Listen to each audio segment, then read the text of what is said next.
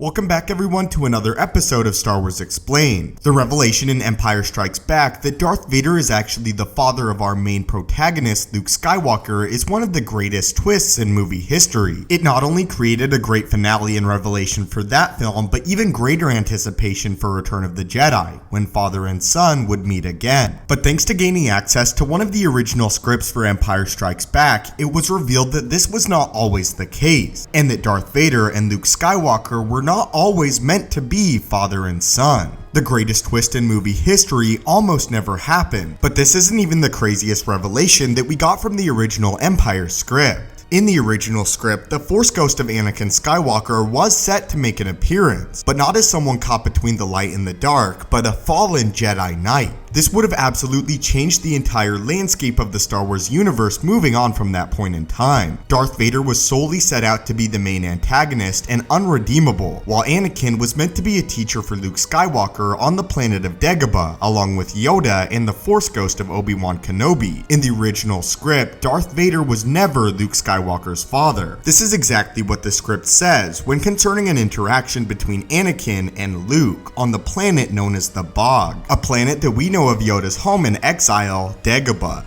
Anakin, you've grown well, Luke. I'm proud of you. Did your uncle ever speak to you about your sister? Luke responds, my sister? I have a sister, but why didn't Uncle Owen? Anakin stops him. It was my request. When I saw the Empire closing in, I sent you both away for your own safety, far apart from each other. Luke ponders for a moment. Where is she? What's her name? Anakin responds, if I were to tell you, Darth Vader could get that information from your mind and use her as a hostage. Not yet, Luke. When it is time, Luke, you will take from me the oath of a Jedi Knight. Later on in the script, there is even a brief interaction between Darth Vader and Luke Skywalker that reveals that Darth Vader again personally killed Anakin. This is what Vader says to Luke in order to taunt him in their final duel in Empire Strikes Back, at least in the original script. You don't stand a chance against me, he says to taunt Luke. No more than your father did anyway. So there it is. Originally, Darth Vader and Luke Skywalker were not intended to be father and son, but the promise of a sister was always there in the original script for Empire. However, there are differing reports on if this character was in fact meant to be Leia or not. It's interesting to see just how close we came to not getting the most famous twist in movie history, and how Anakin Skywalker was meant to mentor Luke at least at some points in the original script, and Darth Vader and Anakin were meant to be two separate people, making the whole Star Wars trilogy more of a revenge tale than one of redemption. Anyway, my friends, I wanted to share this with you and get your thoughts on this. How do you guys feel about the fact that Darth Vader and Anakin were originally two different people at least some points during the script for Empire? But the big question for this video, and one I've deeply pondered myself, what would happen if Luke and Vader were never father and son? And if Luke's goal was to simply kill Vader and never redeem him? How would the trilogy have concluded if that were the case? Anyway guys, I want to hear your thoughts on this in the comments below. As always my friends, thank you so much for watching, may the Force be with you, and have a great day. Before you go, be sure to check out my other channel, The Marvelous Wave, where we talk all about the Marvel Cinematic Universe, including news, breakdowns, and theories about all upcoming and past Marvel movies. Link to the channel is in the description below.